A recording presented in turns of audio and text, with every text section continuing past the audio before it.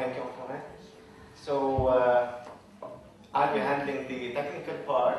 As Antoinette mentioned, we subscribe to SharedShelf, which is an international platform. However, being a standard platform, you would expect that it would have a standard fields as well.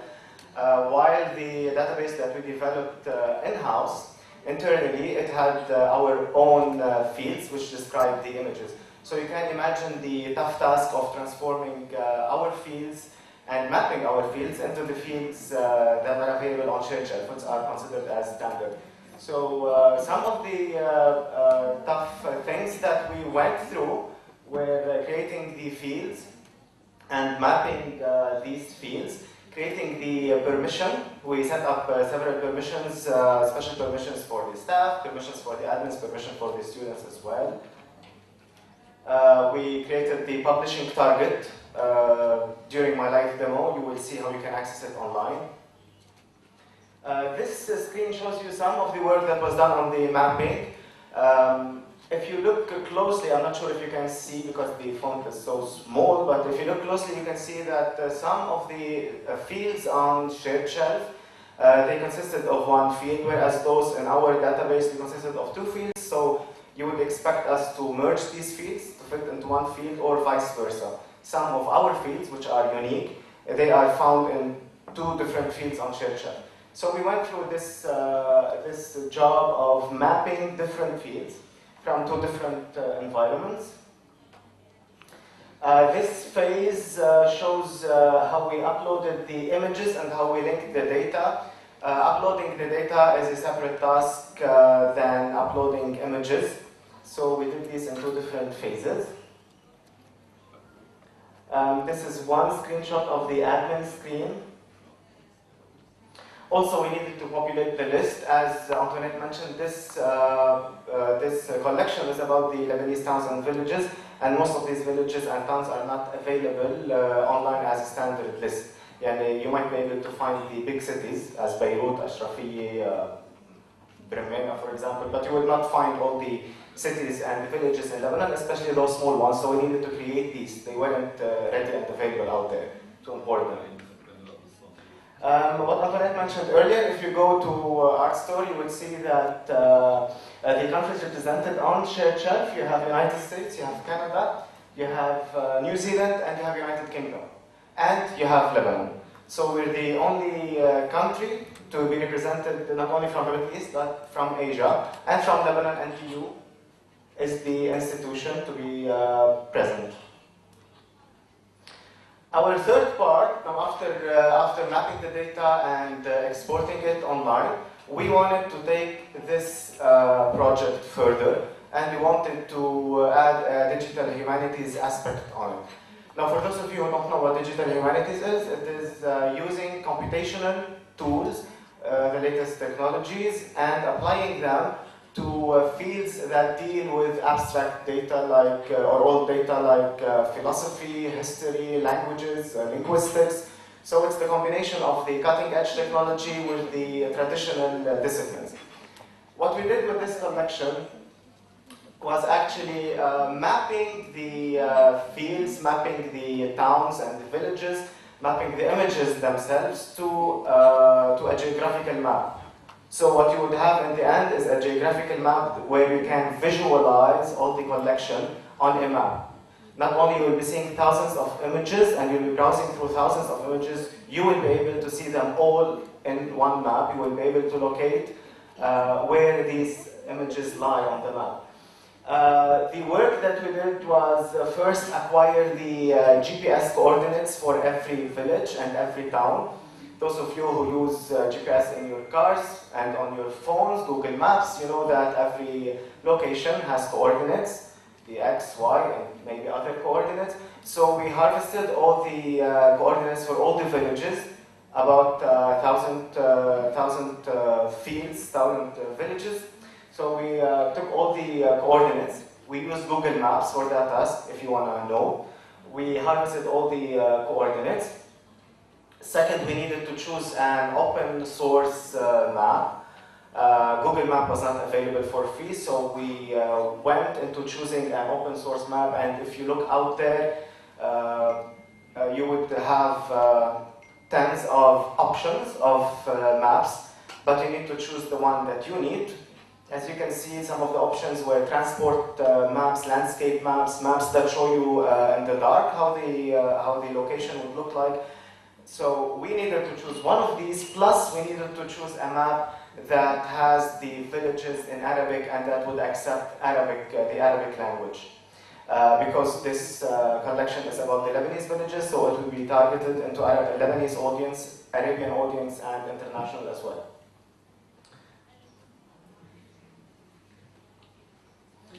After geolocating or locating all the villages on the map, so we had that map, we acquired all the GPS coordinates, we located each village on the map, and we placed a marker over this village. So this is a screenshot of the end result. You could now visualize on a map how the collection was taken throughout Lebanon, and where the most density of images are available on the map.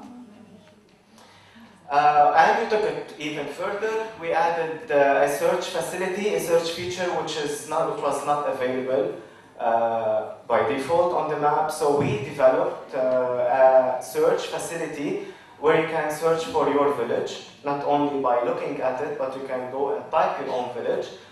It's available for searching in English and in Arabic as well, which is another additional feature. The cities or the villages, as you can see, they are typed using the diacritics, which is the standard for looking for cities and towns. The map itself, as you can see, there's a plus and minus feature, so you can zoom in and out on the map. The way the map works, you can even locate. في عنا حدا هون بعد.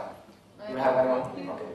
So what you do actually is you search for your town or your village. Either you locate it visually على map or you search for it. It takes you to the marker over Baalbek, as you can see here, with a balloon over it and the word Baalbek. You click on the word itself and it takes you directly to the collection. So compared to other collections, you might, with other collections, you might need to go into the thousands of images and look for the town or whatever you're looking for. However, with our map and with the digital humanities aspect, you can go directly to the geographical map and locate it on the map directly. What we're going to do now is a live demo. We're going to show you how you can access this map and use it. This is our library website. You can access it from the NDU main website, ndu.edu.lb, or you can locate it directly using libguides. We use libguides.ndu.edu.lb. You will be reaching this homepage. If you scroll down, this is an ad featuring the collection and featuring the work that was done on it, both on shared shelf and on the map, the geographical map. If you click on the ad itself, it will take you to this map, the final result. Some words to say about this map. This map, you can pan through the map, like you would do on any tablet, on any iPad. You can search. You can search in English and in Arabic. I type BA. إذا مش إشعين أعطاني البلمند الباروك كل الكلمات اللي فيها BA. فيكم تنبشوا كمان بالعربي. You can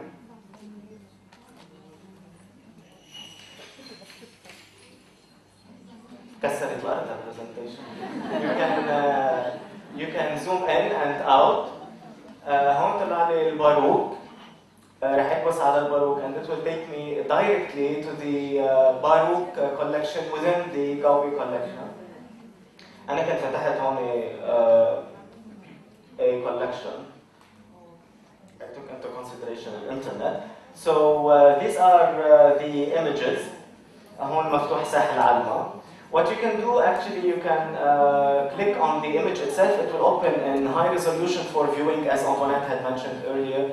And you can download it. However, the download happens in low resolution, just so that we can preserve our rights from copying and publishing.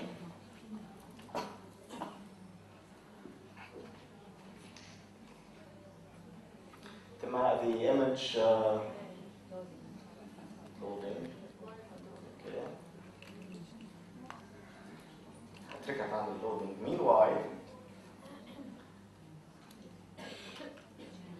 Meanwhile, I will mention that you can also access the collection from Shared Shelf, the main page for Shared Shelf, sscommons.org, sscommons.org. I will take you through the collection. You can click on Browse Collections. It will give you the list of all the collections available on Shared Shelf. You can scroll through by alphabetical order until you reach NTU. As you can see, the collection is mentioned among Cornell, among other big institutions. Here it is. Notre Dame University, Louis Lebanon, Heinz Gobi Lebanese Architectural Photographs Collection.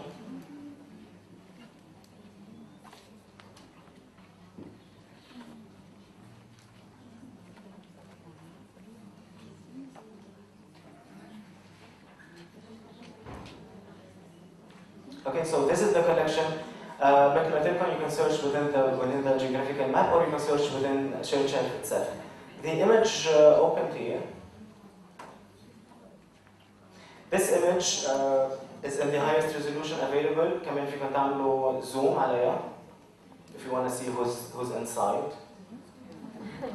Or you can download it using the diskette button, the traditional save button. So I'm going to download it now. If you download it, it's going to download in low resolution.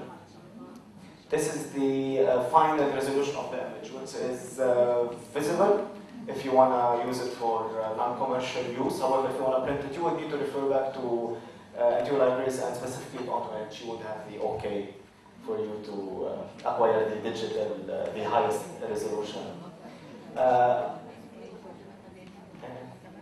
Another thing that I'd like to show you, you can also click on the title of the image itself, and you would reach the metadata. This is the metadata available all in one sheet. So you'll have the creator, the culture, the title, the work type, the dimension, the measurements, elevation, where this house or this location was taken. You have the copyrights both for Gobi and for NDU. So basically you have a sheet full of information which you can use. Final thing, I would like to show you the participating institutions on this platform, Shared Shelf. As we had mentioned earlier, okay, so you can go to the country, United States, Canada, Lebanon, proudly, New Zealand, and the United Kingdom, and from Lebanon you have NDU. Thank you very much.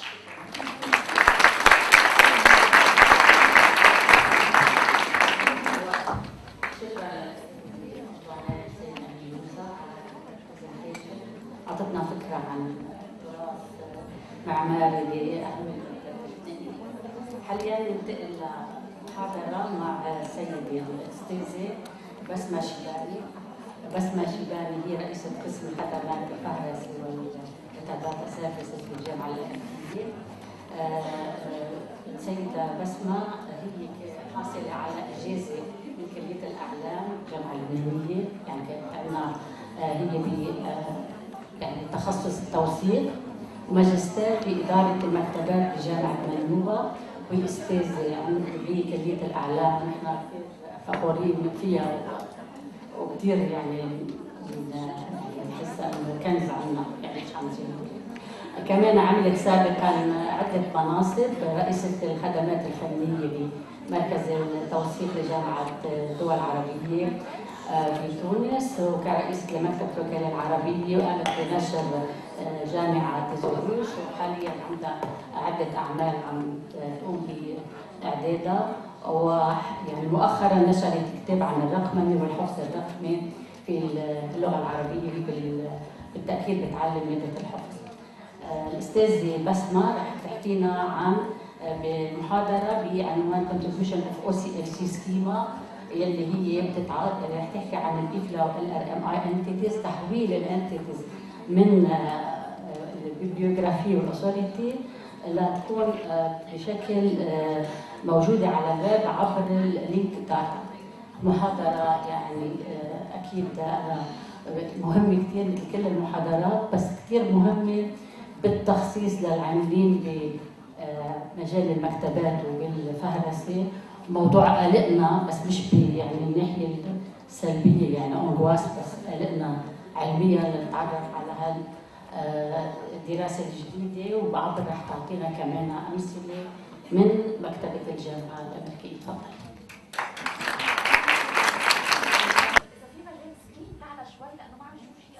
صحيح.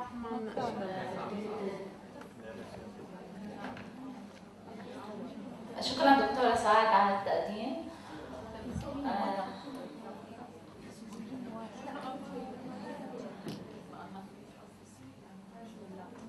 بدكم احكي بالعربي ولا بالانجليزي؟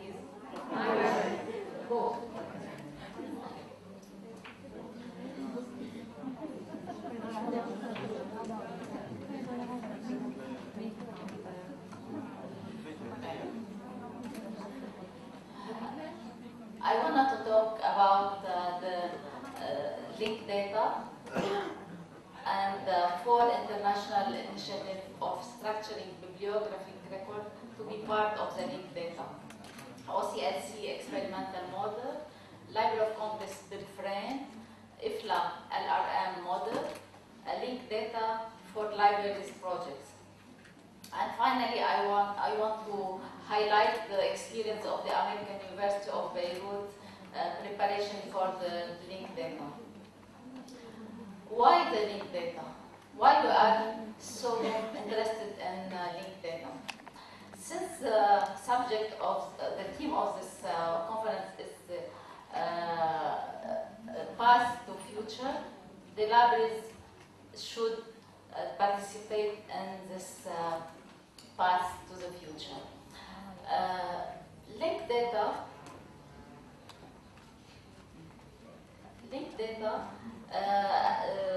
as Wikipedia defined it, is a recommended best practices for exposing, sharing, and connecting pieces of data, information, and knowledge on the semantic web using URIs, Unified Resource Identifiers, and RDF Resource Definition Framework.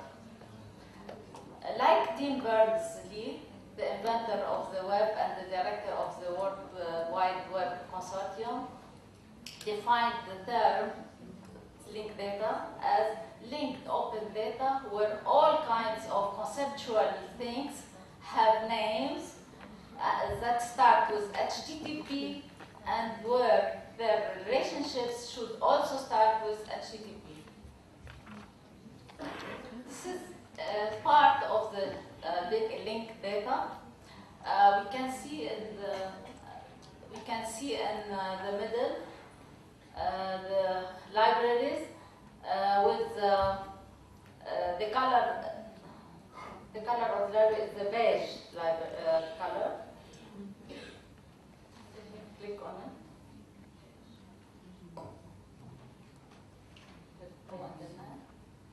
Okay, never mind. What is the relation between the library record catalogs and the linked data? Usually, users query results of bibliographic data that are retrieved from relational databases and displayed on the web through library catalogs or path are usually in MARC format.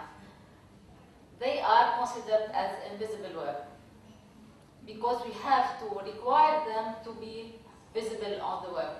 But the huge information or the huge data of bibliographic data are stored in servers and relational databases and can't be visible on the web unless we have to query about a specific information. So we have to find a solution. The solution is to structuring data in a way that computers recognize through HTTP and URI links between entities and the relationship, and this is the path to the linked data.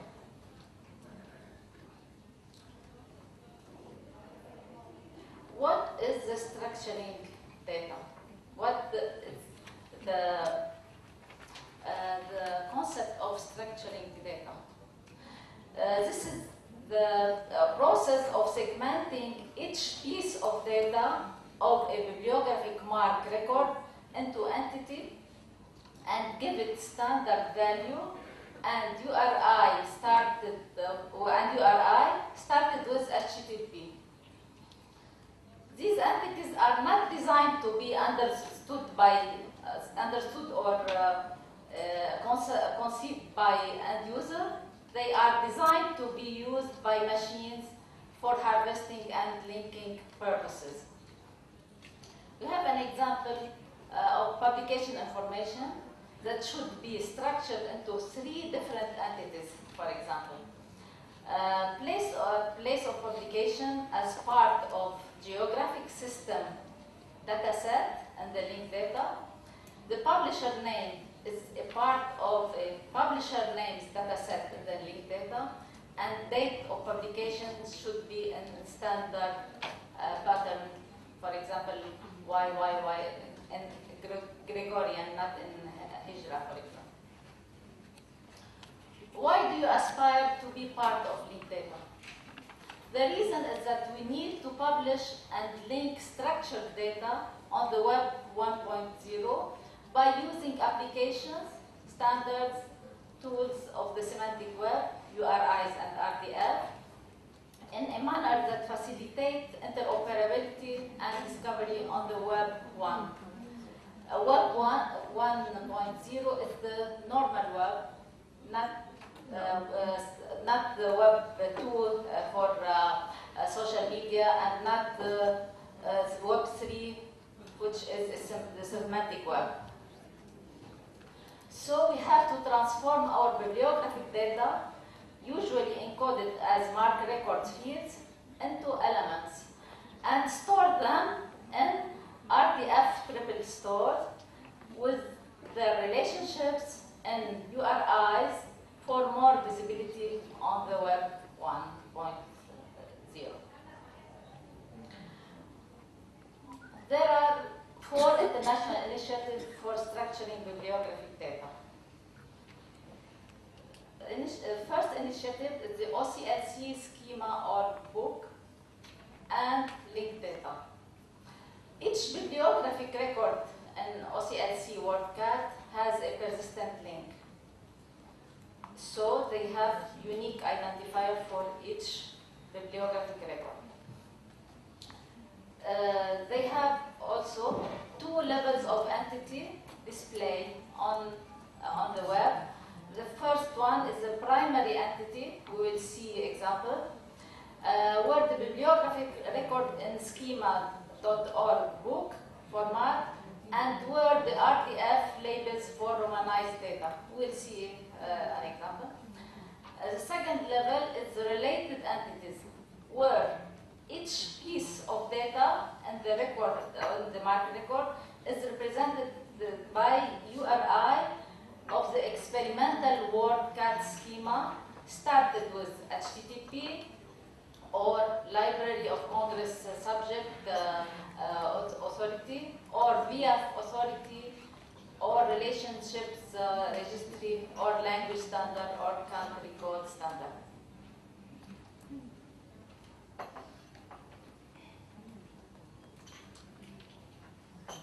This is an example from bibliographic record and OCLC.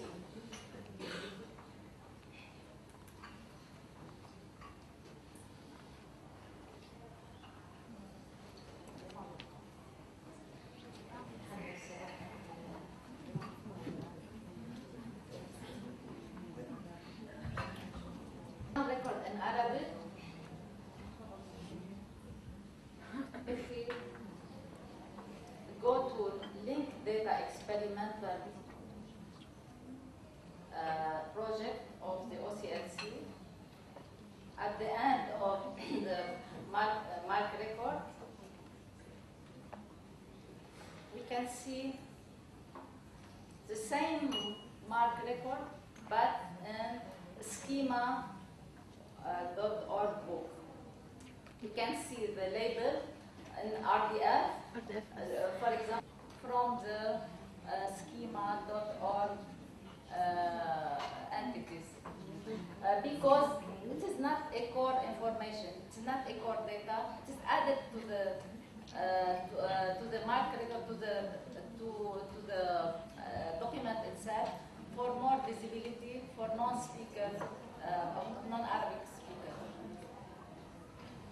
We can go further to see the real entities with HTTP and unique data information. Look here. For example, Maktabat Ibn Sina, you can see that the name is not in codes or in numbers, it is in letters, because the semantic web is always tending to go to the names itself, not to codes or numbers, because it is semantic. Semantic means mean. You can understand it, not to go to another system to understand it. You have to see it and understand it.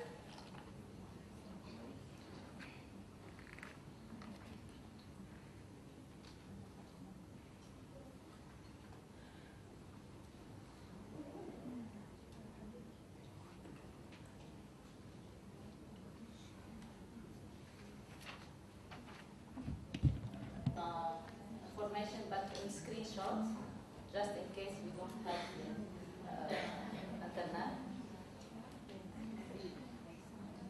The link data in OCLC can give us a representation in RDF, and this is purely semantic web presentation.